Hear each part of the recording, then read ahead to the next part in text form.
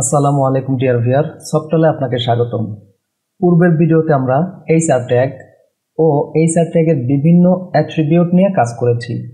এই ভিডিওতে HTML version, head, মেটা, title এবং বডি ট্যাগ নিয়ে আমরা কাজ করব। আমি আমার ফোল্ডারটি ওপেন করছি। আমার ফোল্ডারের নাম ছিল ওয়েব ডেভেলপমেন্ট। এখানে একটি ফাইল তৈরি করলাম। Right click, new, text document, control A. আমি এই ফাইলটির নাম দিলাম HTML ভার্সন। আমি এখানে একটু মাইনাস মেনটেন করলাম, ভার্সন .html। তো আমরা ফাইলের যে নামই দেই না কেন আমাদের লাস্টে অবশ্যই .html থাকতে হবে। ওকে, আমি দুবার এন্টার দিলাম। এখন ফাইলটি আমি রাইট ক্লিক করে এডিট উইথ নোটপ্যাড প্লাস প্লাসে ওপেন করলাম। ডিয়ার ভিউয়ার, পূর্বের ভিডিওগুলোতে আমরা অলরেডি বডি ট্যাগ ইউজ করছি। এভাবে বডি, এর মধ্যে বডির ওপেনিং এবং ক্লোজিং, এর মধ্যে আমরা বেশ কিছু লেখা লিখেছি। যেমন আমি লিখলাম HTML বডি হেড মেটা টাইটেল ট্যাগ, কন্ট্রোল এস। এখন আমরা যদি ফাইলটি রান করি, অর্থাৎ এই ফাইলটির উপরে ডাবল ক্লিক করলে ফায়ারফক্সে আমরা এই লেখাটা দেখতে পাবো। অর্থাৎ বডির ভিতরে কোনো কিছু টাইপ করলে আমরা সেটা এই যে ইউআরএল এর নিচে থেকে এই অংশে দেখতে পাবো। তো এখান থেকে শুরু করে, এই জায়গা থেকে শুরু করে এই পুরো অংশটুকুকেই বলা হয় বডি। আমরা জানি ব্রাউজারের এই অংশটুকুর নাম হচ্ছে ইউআরএল, আর এই জায়গায় যেই অপশন থাকে সেটাকে বলা হয় টাইটেল। HTML মূলত শুরু করতে হয় HTML ট্যাগ দিয়ে, এভাবে HTML। এর ক্লোজিংটা একদম শেষে করতে হয় HTML। তার মানে আমরা কি করলাম, HTML এর যাবতীয় কোডকে আমরা HTML এর ওপেনিং এবং ক্লোজিং ট্যাগের মধ্যে নেস্ট করে দিলাম। এখন আমরা তো অলরেডি বডি ট্যাগ বুঝেছি, কিন্তু আমরা চাচ্ছি যে আমাদের এই এখানে খেয়াল করুন, আমাদের কিন্তু কোনো টাইটেল দেখাচ্ছে না, এখানে জাস্ট আমাদের পেজের নামটা দেখাচ্ছে। যেমন ডি ড্রাইভ, সেই সাথে আমাদের যেই ফোল্ডারটি ছিল ফোল্ডারটির নাম, তারপর আমাদের পেজের নাম। কিন্তু আমরা চাচ্ছি এখানে একটা কিছু দেখাক, অর্থাৎ আমরা এখানে টাইটেল, এই অংশটার নামই হচ্ছে টাইটেল, তো আমরা এখানে টাইটেল দেখাতে চাচ্ছি। এখন টাইটেল দেখাতে হলে অবশ্যই বডি ট্যাগের উপরে HTML এর নিচে এখানে আমাদের লিখতে হবে হেড, ওপেনিং ক্লোজিং। মূলত হেডের ভিতরেই আমাদের টাইটেল ট্যাগটি ইউজ করতে হবে। টাইটেল ট্যাগটি হবে টাইটেল, এর ক্লোজিং হবে টাইটেল। খেয়াল করুন, এখানে এখন আমরা যা কিছু লিখব, আমি লিখলাম দিস ইজ আ টাইটেল। এখন যদি আমরা রিলোড দেই, খেয়াল করুন এই জায়গায় কিন্তু আমাদের এই লেখাটা চলে আসবে, এই যে দিস ইজ আ টাইটেল। তার মানে এখানে আমরা যা কিছু লিখব সেটা আমাদের এই জায়গায় দেখা যাবে। এই জায়গায় মূলত আমাদের ওয়েবসাইটের টাইটেল থাকে। তাহলে টাইটেল লেখার নিয়ম হচ্ছে HTML এর পরে আমাদের হেড ট্যাগ নিতে হবে, আর এই হেডের ভিতরে আমাদের টাইটেল নিতে হবে। অনেক সময় আমরা হয়তো ভুল করে এখানে ফরওয়ার্ড স্ল্যাশ যদি মিসিং করি বা ক্লোজিং যদি মিস করে দেই, তাহলে কিন্তু আমার এই সবগুলো লেখা টাইটেল হিসাবে কাউন্ট হবে, কারণ টাইটেল ট্যাগ শুরু হয়েছে কিন্তু তার ক্লোজিং নেই। খেয়াল করুন, আমি যদি রিলোড দেই, খেয়াল করুন আমার বডিতে কিছুই নেই, তার মানে সবই চলে গেছে টাইটেলে। তাহলে আমরা এই জিনিসটা অবশ্যই খেয়াল রাখবো। অনেকে আমরা এই জায়গাটা ভুল করি, অনেক টাইম আমাদের এখানে কিল হয়ে যায়। ওকে, তাহলে আমরা কি বুঝলাম যে HTML এর যে কোনো কাজ আরম্ভ হয় HTML ট্যাগ দিয়ে এবং ক্লোজিং হয় HTML ট্যাগ। এর ভিতরেই মূলত আমাদের HTML এর যাবতীয় ট্যাগ রাখতে হয়। বডিতে যেই কাজগুলো করব সেটা আমাদের এই অংশে দেখাবে। আমি এখানে কন্ট্রোল এস দেই নাই, খেয়াল করুন এখানে দেখাবে। আবার টাইটেলে আমরা যা লিখব সেটা আমাদের এই জায়গায় দেখাবে। এখন এই যে হেড ট্যাগের প্রচুর কাজ আছে, সেই কাজগুলো আমরা ধীরে ধীরে জানবো।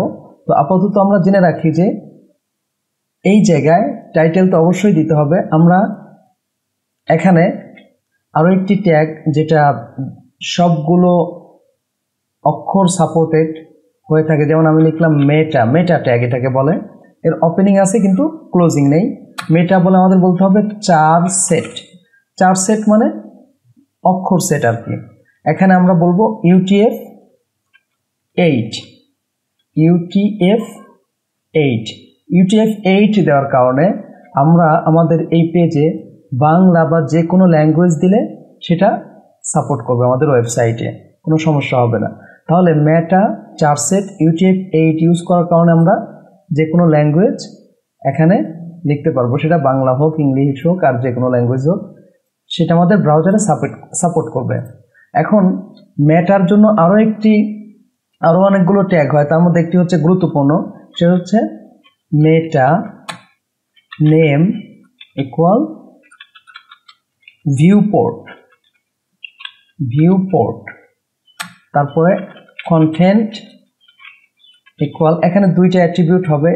নেম অ্যাট্রিবিউটের ভ্যালু হিসাবে দিতে হবে ভিউপোর্ট, কন্টেন্ট অ্যাট্রিবিউটের ভ্যালু হিসাবে আমরা এখানে ইউজ করব with equal device minus with কমা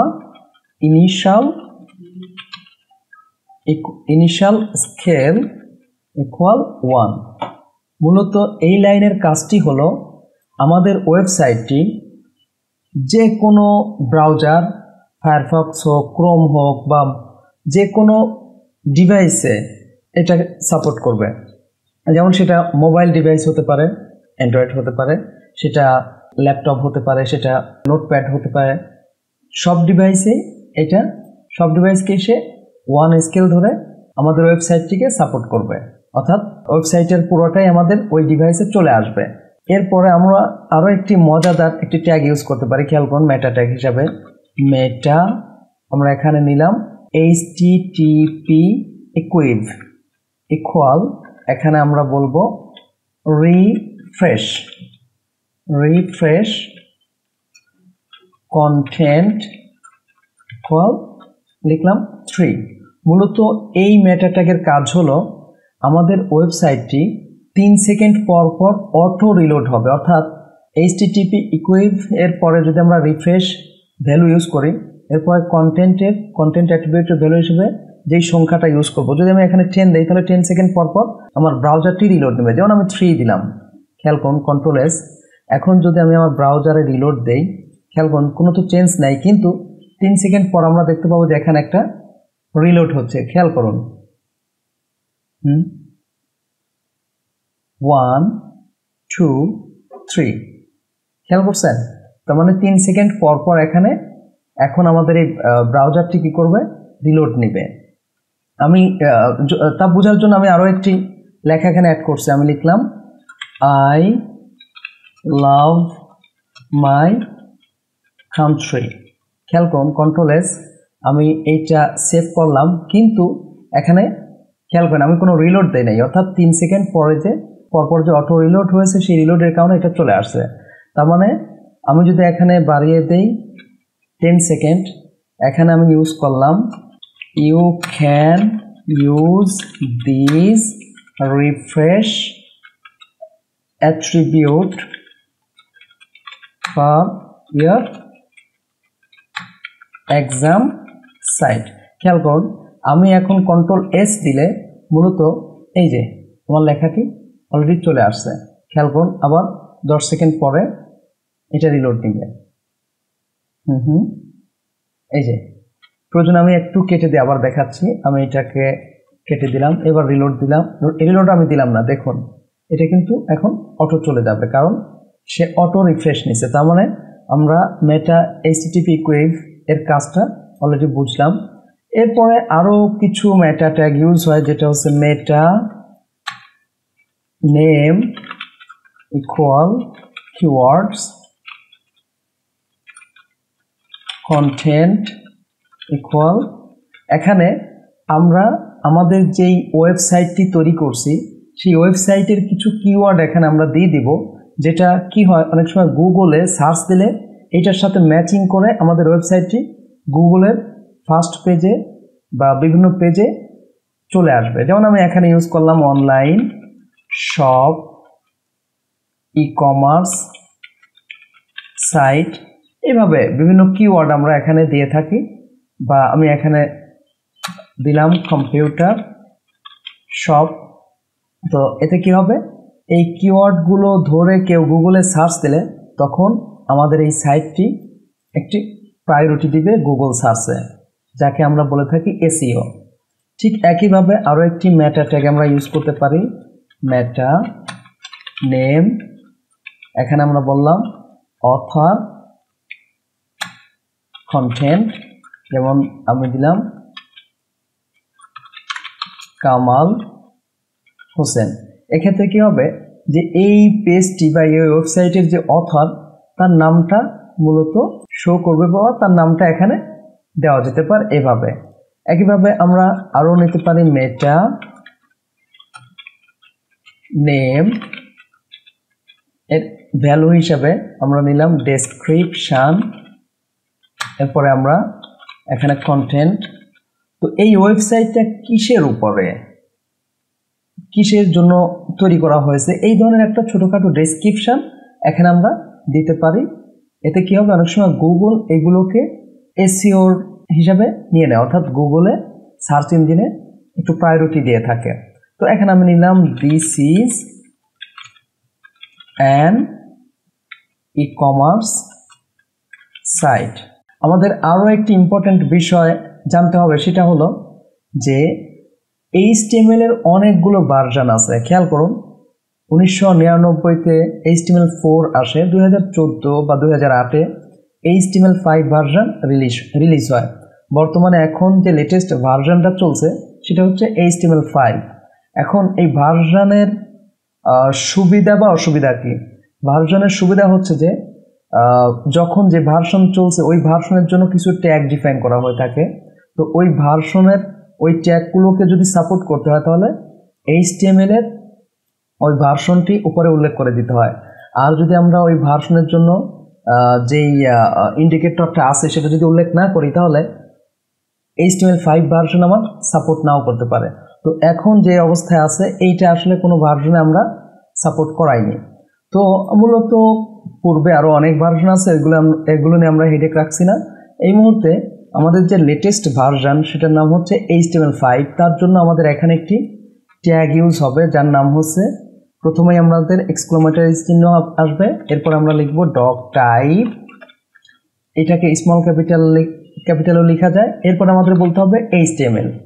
এই লাইনটুকু বলে দিলে আমাদের এই পেজটি HTML5-এর সব ধরনের ট্যাগই সাপোর্ট করবে। এই লাইনটা না থাকার কারণে আমাদের HTML5-এর যে ট্যাগগুলো আছে সেগুলো সাপোর্ট নাও করতে পারে। মজার বিষয় হচ্ছে যে এইটা দেওয়ার কারণে বিগত যত HTML ভার্সন আছে সবগুলোই আমাদের এই পেজে সাপোর্ট করবে। তাই আমরা যখনই কাজ করব তখন এই ইন্ডিকেটরটি বা HTML ভার্সন সাপোর্টিভ ট্যাগটি এখানে আমরা উল্লেখ করে দিব।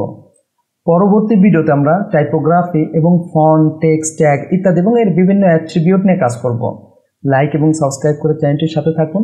পরবর্তী ভিডিওতে দেখা হচ্ছে। আসসালামু আলাইকুম ওয়া রাহমাতুল্লাহ।